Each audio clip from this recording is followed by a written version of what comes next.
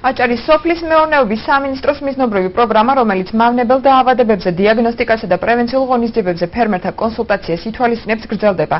აღნიშნულისთვის სამინისტროს ბიუჯეტიდან 45,000 ლარია გამოყოფილი. პროგრამა ხუთივე მუნიციპალიტეტში შერჩეულ 40 საკვლევ ობიექტზე ერთწლიანი და მრავალწლიანი სასოფლო სამეურნეო კულტურების მავნებელი დაავადებების შესწავლას ითვალისწინებს. პროგრამას ტენდერში გამარჯვებული აჭარის სოფლის მეურნეობის სამინისტროს ტესტირებისა და სერტიფიკაციის ცენტრი ახორციელებს. დღეს ერთ-ერთ ოჯახში პროგრამის მიმდინარეობას აჭარის სოფლის მეურნეობის მინისტრის მოადგილე ავთანდილ მესხიძე დაესწრო. კვლევის შედეგები, როგორც ლაბორატორიის წარმომადგენელი ამბობს, ერთ დღეში გახდება ცნობილი.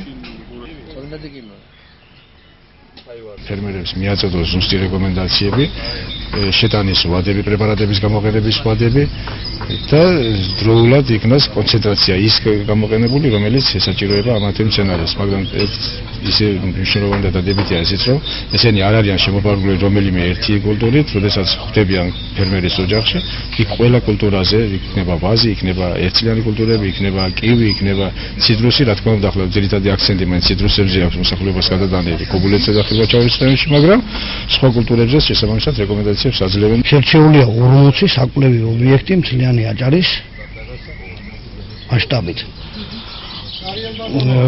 ჩვენ მივდივართ ამ კონკრეტულ ფერმერებთან, ვიკვლევთ მავნებელ დაავადებებს ლაბორატორიულ მიკროსკოპიულად, მიგვაქვს ლაბორატორიაში ნიმუშები, ვაკეთებთ იქ დაავადებების დიაგნოსტიკას, ვაძლევთ რეკომენდაციას წამლობითი ღონისძიებების შესახებ. ხალხს ეხმარება ამით ყველანაირად ამ მავნებელ დაავადებებთან ცოლაში.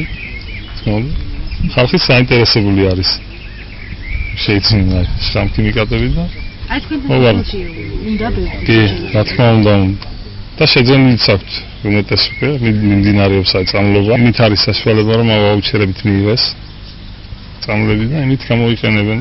ზოგს კი აქვს საშუალება ისიც რომ იყიდოს შეძინოს.